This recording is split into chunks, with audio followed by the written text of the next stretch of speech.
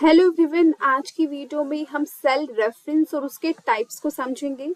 So before understanding different types of cell reference, let us first understand what is a cell and what do we mean by reference. Okay, तो cell होता क्या है? जब भी एक column intersect करता है रो से, तो वो जगह बनाती है हमारी सेल, राइट? और सेल ही वो जगह होती है जहाँ पे हम अपने डेटा को एंटर करते हैं. So cell is what? Cell is a place that is formed by the intersection of a row and a column, and this is where we enter our data, right? अब हर एक cell का अपना एक address होता है, right? जिस तरीके से आपका मेरा हम सभी के घर का एड्रेस होता है, उसी तरीके से इस वर्कशीट के अंदर जितनी भी सेल्स है, इस वर्कशीट के अंदर जितनी भी सेल्स आपको देखने को मिल रही है ना, उन सभी सेल्स का कुछ ना कुछ एड्रेस होता है जिसकी हेल्प से हम उस सेल को आइडेंटिफाई करते हैं, राइट? मान लीजिए मेरे पास ये वाली सेल सिलेक्टेड है. अब इस सेल का एड्रेस मुझे चेक करना है, तो मैं नेम बॉक्स की हेल्प से चेक कर सकती हूँ, राइट? आपको देखने को मिलेगा इस सेल का एड्रेस है K5. K यानी कि column number is K and 5 यानी कि रो नंबर इज 5. तो सेल का एड्रेस CR फॉर्मेट में लिखा जाता है, यानी कि पहले कॉलम नंबर आएगा, उसके बाद रो नंबर आएगा. मान लीजिए मेरी ये वाली सेल है, राइट? इसका सेल एड्रेस होगा N, क्योंकि ये N कॉलम में है, right? Because this cell is in N column. And इसका रो नंबर होगा 3, because this cell is in third row. तो इस सेल का एड्रेस हुआ N3, राइट? आप देखोगे जिस भी जहाँ पे भी सेल है, जिस भी कॉलम में सेल है और जिस भी रो में सेल है, वो कॉलम और रो क्या हो जाते हैं? हाईलाइट हो जाते हैं, वो डार्क ग्रे हो जाते हैं. आप देखोगे N कॉलम क्या हो गया? डार्क ग्रे हो गया, और जो 3 रो थी वो भी डार्क ग्रे हो गई, right? So this is your cell. Okay, now what is reference? अब मान लीजिए मैंने यहाँ पे कोई वैल्यू लिखी है 12, तो मैंने N7 सेल में लिखी है वैल्यू 12, और मैं चाहती हूँ N7 में जो भी वैल्यू लिखी हुई है वो मुझे P7 में डिस्प्ले हो जाए, राइट? तो एक तरीका तो ये है कि मैं as it is hard coded value यहाँ पे टाइप कर दूँ, राइट? हार्ड कोडेड नंबर्स में लिख दूँ मैं यहाँ पे 12. इसके अलावा मैं क्या कर सकती हूँ? मान लीजिए P9 में मैंने इक्वल टू करा, उसके बाद इस सेल का रेफरेंस दे दिया. यहाँ पे 12, यहाँ पे वैल्यू आ गई, राइट? दोनों में आपको सेम चीजें देखने को मिलेंगी. बट मान लीजिए मैं N7 सेल में जाके वैल्यू को चेंज कर देती हूँ. मान लीजिए मैंने इसको कर दिया 20. अब मैं एंटर पे क्लिक करूंगी, तो देखिए जब P7 में जब मैंने हार्ड कोडेड नंबर लिखा था, उस केस में वो नंबर एज इट इज रहा, राइट? लेकिन जहां मैंने सेल का रेफरेंस दिया वहां पे वैल्यू अपडेट हो गई, चेंज हो गई. तो कौन सा बेटर हुआ, पहले वाला ऑप्शन या फिर सेकंड वाला ऑप्शन? ऑब्वियसली सेकंड वाला ऑप्शन, क्योंकि यहाँ पे जो वैल्यू है हमें एक्चुअल में कौन सी वैल्यू शो करनी थी? जो भी N7 में वैल्यू है, तो यहाँ पे भी वही वैल्यू शो हो रही है जो N7 में है, राइट? क्योंकि यहाँ पे हमने रेफरेंस का यूज करा है, सेल रेफरेंस का यूज करा है. यहाँ पे हमने रेफरेंस दिया है N7 सेल का. ओके, नाउ लेट अस सी वन मोर एग्जांपल. मान लीजिए मैंने यहाँ पे दो नंबर हैं जिन्हें मुझे ऐड करना है. Again let's take example here. ये दो नंबर हैं, उसे मुझे ऐड करना है, राइट? इन दोनों नंबर को मैं ऐड कैसे करूंगी? एक काम तो मैं ये करूंगी कि मैं हार्ड कोडेड वैल्यू टाइप करूँ, यहाँ पे 12 लिखूं, देन प्लस कर दूं 23, मेरा आंसर 35 आया. लेकिन इस केस में मैं हार्ड कोडेड नंबर लिखने की जगह सेल रेफरेंसिंग का यूज करूंगी. पहला रेफरेंस लूंगी इस वाली सेल का जिसमें 12 है, प्लस का साइन लगाऊंगी, फिर सेकंड वाली सेल का रेफरेंस दूंगी, एंटर पे क्लिक करूंगी, तो देखिए रिजल्ट मेरा सेम आ रहा है. बट मान लीजिए मैं कोई वैल्यू को चेंज कर देती हूँ, यहाँ पे मेरी जो वैल्यू थी वो अपडेट हो जाती है, मान लीजिए 90 हो जाती है, राइट? यहाँ पे भी मुझे 90 करना है. अब आप देख सकते हो पहले वाले केस में हमारा रिजल्ट अपडेट नहीं हुआ, बट सेकंड वाले केस में जिसमें हमने सेल रेफरेंस दिया था, उस केस में हमारा रिजल्ट अपडेट हो चुका है, right? So which is better? Obviously cell reference is better because it shows the updated result, है ना? Now let us see different types of cell reference. So we have three types of cell references, right? We have relative reference, we have absolute reference, and we have mixed reference. ये सभी क्या होते हैं? Let us understand them one by one. So let's start with the very first cell reference, that is relative reference. Now what do you understand by this word relative? Relative का मतलब होता है change होना, right? तो इस case में क्या होता है, जब भी आप रिलेटिव रेफरेंस का यूज करते हो किसी भी फॉर्मूला में, और उसको ड्रैग डाउन करते हो तो वो फॉर्मूला यानी कि जो सेल का रेफरेंस है वो क्या होता है, चेंज होता रहता है। एक एग्जाम्पल के थ्रू समझते हैं। Suppose we have this data, right, इसमें मुझे ऐड करना है इन दोनों कॉलम की वैल्यूज को। तो मैं क्या करूंगी, इक्वल टू का साइन लगाऊंगी, देन सेल का फर्स्ट सेल का रेफरेंस दूंगी, प्लस का साइन यूज करूंगी, सेकंड सेल का रेफरेंस दूंगी और एंटर पे क्लिक करूंगी। देन मैं इस फॉर्मूला को नीचे ड्रैग डाउन करूंगी। आप देखोगे कि जो आपका रिजल्ट है वो भी क्या हो रहा है, चेंज हो रहा है, क्योंकि हर एक सेल क्या हो रही है, आपस में ऐड हो रही है, राइट। अब मैं अगर इसका सेल रेफरेंस चेक करूं फर्स्ट वाली सेल का, so this is B9 and C9। Second cell का रेफरेंस चेक करूं तो it's B10 C10। Third cell का रेफरेंस चेक करूं इट इज B11 C11। तो जैसे ही मैंने फॉर्मूला को ड्रैग डाउन करा तो सेल रेफरेंस भी क्या हुआ, चेंज हुआ, right. So this is why we call it relative reference, right. अब आप देखोगे कि ये फर्स्ट वाले कॉलम का डेटा कॉलम नंबर बी में है एंड सेकंड वाले कॉलम का data is in column number C. तो आप देखोगे कि हर एक सेल में फर्स्ट वाली सेल का जो कॉलम है वो बी है, सेकंड वाली सेल का सी है, अगेन बी सी। आप देखोगे यहाँ पे बी है, यहाँ पे सी है, यहाँ पे बी है, यहाँ पे सी है, बट आप देखोगे कि जो रो नंबर है वो चेंज हो रहा है क्योंकि फर्स्ट वाली सेल का जो डेटा है, राइट, बिकॉज फर्स्ट वाली रो का जो डेटा है वो रो नंबर 9 में है, सेकंड वाला जो डेटा है वो रो नंबर 10 में है, थर्ड वाला data is in row number 11। तो आपको यहाँ पे रो नंबर चेंज होता हुआ दिखेगा, राइट। सो आपका जो सेल का रेफरेंस है वो चेंज होता हुआ दिखेगा। सो this is called your relative reference, जिसमें हम जब भी फॉर्मूला को ड्रैग डाउन करते हैं तो उसका सेल रेफरेंस भी चेंज होता है। Then we have absolute reference. Absolute का मतलब होता है फिक्स्ड होना, कांस्टेंट होना, राइट। इस केस में क्या होता है, जब भी हम फॉर्मूला को ड्रैग डाउन करते हैं यानी कि कॉपी करते हैं एक सेल से दूसरे सेल में, तो फॉर्मूला चेंज नहीं होता, यानी कि जो सेल का रेफरेंस है वो चेंज नहीं होता, राइट। इसी ऊपर वाले एग्जाम्पल के थ्रू ही समझते हैं। मान लीजिए यहाँ पे मैं एब्सोल्यूट रेफरेंस का यूज करती हूँ, राइट। पहले तो रेफरेंस दे देती हूँ दोनों सेल्स का जिसे मुझे ऐड करना है। अब इसको मैं कन्वर्ट करती हूँ एब्सोल्यूट रेफरेंस में। एब्सोल्यूट रेफरेंस में कन्वर्ट करने के लिए आपको पहले सेल को सेलेक्ट करना है, राइट। उसके बाद F4 की को प्रेस करना है। आप देखोगे यहाँ पे आपको डॉलर के साइन देखने को मिलेंगे। डॉलर का साइन मतलब होता है आपकी जो सेल है वो क्या हो गई है, फ्रीज हो चुकी है, राइट। आप डॉलर की साइन आप दोनों साइड देखोगे, कॉलम नंबर के आगे भी और रो नंबर के आगे भी, राइट, क्योंकि ये जो कॉलम है और रो है वो दोनों ही फिक्स हो चुकी है in both the cells, right. अब आप जब इसको नीचे ड्रैग डाउन करोगे तो आप देखोगे आपका आंसर 25 आएगा, क्योंकि आपकी जो सेल्स है वो क्या हो गई है, आपका जो सेल रेफरेंस है वो फिक्स हो चुका है। आप देखो B9 C9 है, यहाँ पे भी B9 C9 है, यहाँ पे भी B9 C9 है। So this is because of absolute reference। जब हमने फॉर्मूला को ड्रैग डाउन करा तो आपका फॉर्मूला चेंज नहीं हुआ, वो सेम रहा, B9 C9 का एडिशन, राइट। अब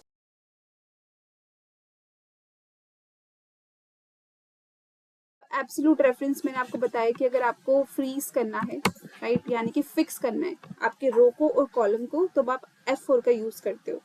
एब्सोल्यूट रेफरेंस में row and column both fix होते हैं, राइट। अब देखिए यहाँ पे एक एग्जांपल के थ्रू समझते हैं। हमारे पास यहाँ पे डेटा दे रखा है, स्टूडेंट का नेम है, यहाँ पे उनके मार्क्स उन्होंने जो ऑब्टेन करे हैं वो दे रखे हैं। आपको यहाँ पे परसेंटेज कैलकुलेट करनी है and this is your maximum marks. अब परसेंटेज कैलकुलेट कैसे करते हैं, इक्वल टू का साइन यूज करेंगे, देन मार्क्स लिखेंगे, देन डिवाइड करेंगे उसे बाय मैक्सिमम मार्क्स। तो मैक्सिमम, अब हम यहाँ पे क्या कर रहे हैं, रेफरेंस का यूज कर रहे हैं instead of typing actual numbers. तो यहाँ पे हम इक्वल टू का साइन यूज करेंगे, देन इस वाली सेल का रेफरेंस देंगे, राइट, डिवाइड करेंगे इस वाली सेल के डेटा को किससे, मैक्सिमम मार्क्स से, और एंटर पे क्लिक करेंगे तो देखिए 23% आया। अब आप इसको ड्रैग डाउन करोगे तो देखिए आपको यहाँ पे रॉन्ग रिजल्ट शो कर रहा है, क्योंकि यहाँ पे हमने इस वैल्यू को फिक्स करना था, B24 को फिक्स करना था, क्योंकि हर एक स्टूडेंट के जो मैक्सिमम मार्क्स होंगे, यानी कि जिस भी हर एक स्टूडेंट के मार्क्स को हमें 100 से डिवाइड करना है, तो ये 100 वाली वैल्यू क्या होनी चाहिए थी, फिक्स्ड होनी चाहिए थी। आप देखोगे यहाँ पे तो इसने सही कैलकुलेट करा, लेकिन नेक्स्ट वाली सेल में आप देखोगे B24 की जगह क्या हो गया है, B25 हो गया है, क्योंकि जब हमने इसको ड्रैग करा नीचे फॉर्मूले को तो इसने क्या करा, यहाँ से उसको चेंज करके ये वाला सेल वो लेकर आ गया नीचे वाले केस में, राइट, डिनोमिनेटर में। फिर नेक्स्ट वाले में जाओगे तो वो अब वो क्या करेगा, B25 को शो करेगा। नेक्स्ट वाले में देखोगे तो B26 को शो कर रहा है, B27 को शो कर रहा है। हमें क्या करना है, इसको चेंज नहीं करना, हमें इसको फिक्स करना है, नीचे वाले पार्ट को, डिनोमिनेटर वाले पार्ट को फिक्स करना है। तो हम क्या करेंगे, इस वाली सेल को सेलेक्ट करेंगे, देन F4 की को प्रेस करेंगे, एंटर पे क्लिक करेंगे तो देखिए आप इसको ड्रैग डाउन करोगे तो आपका रिजल्ट करेक्ट आएगा, राइट। आपको न्यूमरेटर वाले पार्ट को फिक्स नहीं करना था क्योंकि आप चाहते हो ना न्यूमरेटर की वैल्यू चेंज हो, पहले ये वाली 23 हो, उसके बाद नेक्स्ट वाली वैल्यू हो, फिर नेक्स्ट हो, इसलिए हमने ऊपर वाली वैल्यू को फिक्स नहीं करा है, हमने सिर्फ डिनोमिनेटर वाली वैल्यू को फिक्स करा है and this is your result. Now let us understand one more example. आपके पास यहाँ पे सेल्स रिपोर्ट दे रखी है 2 सेल्स पर्सन की, अमित एंड सुमित की, जनवरी से लेके मई तक का डेटा है आपके पास। अब आपको यहाँ पे कैलकुलेट करना है कि जो टोटल सेल्स हुई है उसमें अमित ने कितना कंट्रीब्यूट करा है और सुमित ने कितना कंट्रीब्यूट करा है। उसके लिए आपको क्या करना होगा, इक्वल टू का साइन देना है। अमित ने जितनी सेल्स करी है वो डिवाइडेड बाय टोटल सेल्स कितनी हुई है वो, एंटर पे क्लिक करोगे। अब इस जब फॉर्मूला को आप इसको राइटवर्ड डायरेक्शन में जब आप इसको ड्रैग करोगे तो देखिए आपको एरर मिलेगा, क्योंकि जिस वैल्यू से आप डिवाइड कर रहे हो वो वैल्यू आपने फिक्स ही नहीं करी, आपने इससे डिवाइड करा ना, तो आपको H31 को फिक्स करना था। आपने जब फिक्स नहीं करा तो देखिए ये किससे डिवाइड हो गया, I31 से डिवाइड हो गया जिसके अंदर कोई वैल्यू ही नहीं है, राइट। सेम यहाँ पे J31 से डिवाइड हुआ जहाँ पे कोई वैल्यू ही नहीं है। तो आपको क्या करना होगा, इसको फिक्स करना होगा डिनोमिनेटर वाले पार्ट में। तो आप क्या करोगे, उस सेल के बीच में क्लिक करोगे और फिर F4 की को प्रेस करोगे, एंटर करोगे, देन इसको आपको ड्रैग करना है, तो आप देखोगे आपका जो रिजल्ट होगा वो करेक्ट आएगा, right. So this is all about absolute reference.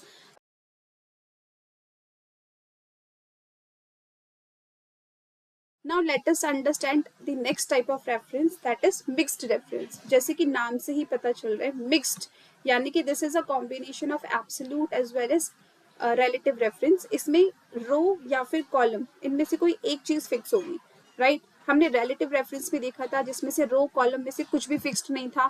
हमने absolute reference में देखा जिसमें दोनों ही फिक्स्ड थे। mixed reference पे या तो रो फिक्स होगी या तो कॉलम फिक्स होगा, राइट। अब आप देख सकते हो यहाँ पे ए, मैंने इस तरीके से $1 लिखा हुआ है। इस केस में क्या है, row is fixed but column is not fixed. तो जो भी चीज फिक्स्ड होती है उसके आगे आपको डॉलर का साइन देखने को मिलता है।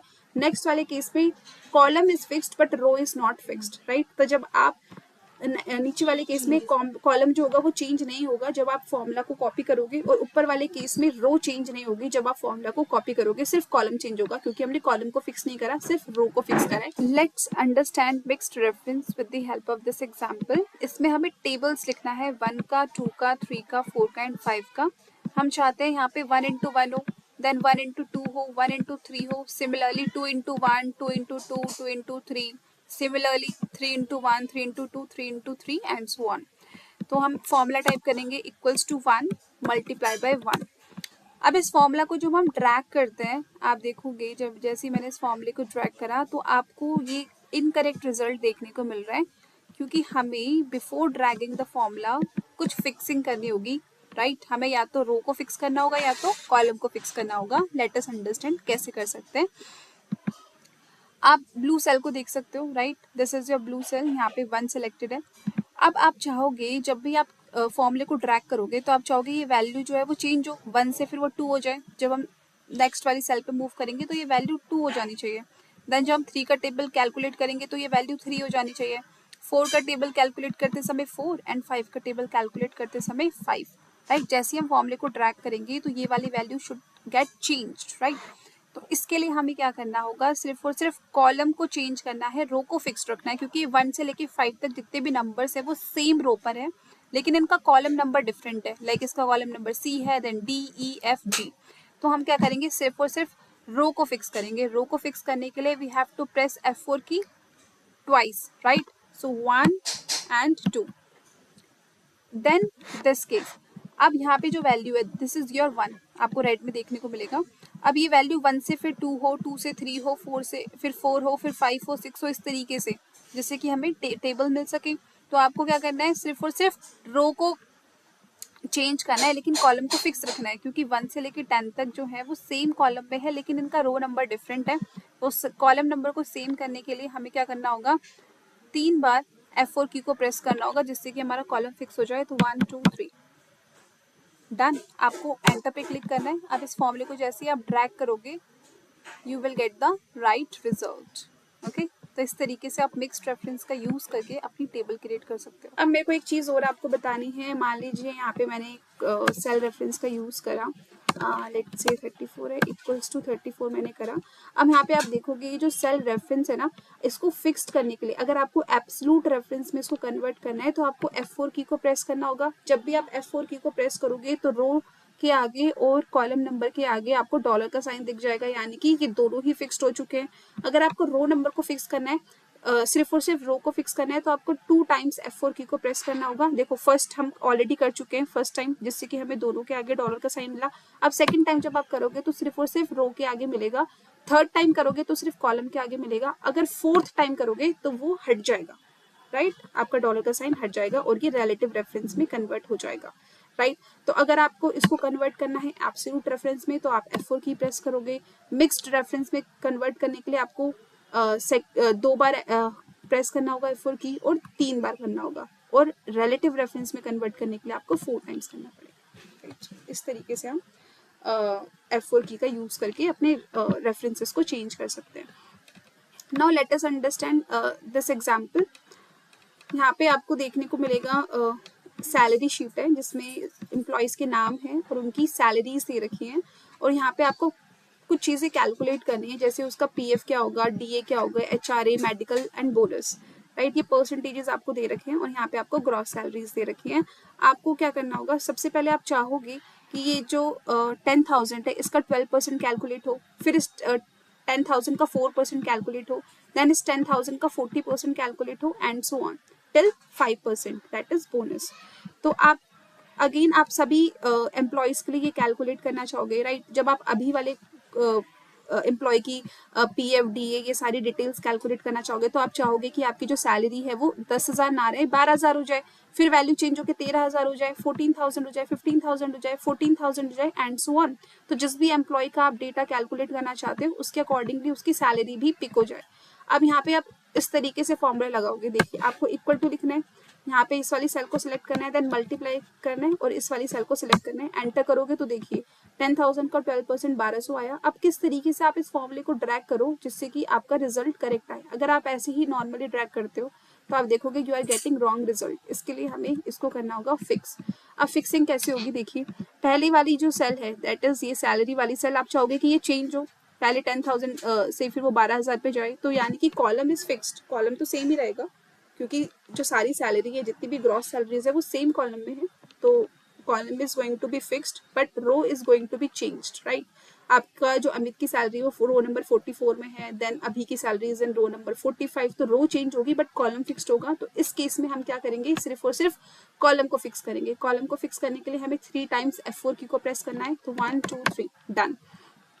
अब नेक्स्ट वाली सेल को देखिए, ये जो 12% वाली सेल है, तो जब आप फॉर्मूले को ड्रैग करोगे आप चाहोगे ना कि वो 12% से फिर वो 4% पे हो। जब आप डीए कैलकुलेट करो, एचआरए कैलकुलेट करो तो वो 40% हो जाए। तो इस केस में जो कॉलम है वो चेंज हो रहा है लेकिन रो इज फिक्स्ड, क्योंकि ये सारी वैल्यूज जो है वो सेम रो में है बट कॉलम इज डिफरेंट। तो आप क्या करोगे, रो को फिक्स्ड करोगे, कॉलम को फिक्स नहीं करोगे। रो को फिक्स करने के लिए you have to press F4 key twice, तो 1 2 डन, एंटर पे क्लिक करोगे। अब इस फॉर्मूले को हम ड्रैग करते हैं, देखिए this and this, you are getting the right result, ठीक है। तो इस तरीके से हम मिक्स्ड रेफरेंस का यूज कर सकते हैं अपने टास्क को परफॉर्म करने के लिए। So thank you very much. If you have any doubt related to cell reference, then do ask in the comment section. But yes, I also have a quiz for you, right? आपने जो भी समझा उसके basis पे एक quiz है, आपको उस क्विजेस का आंसर देना है कमेंट बॉक्स में, ओके?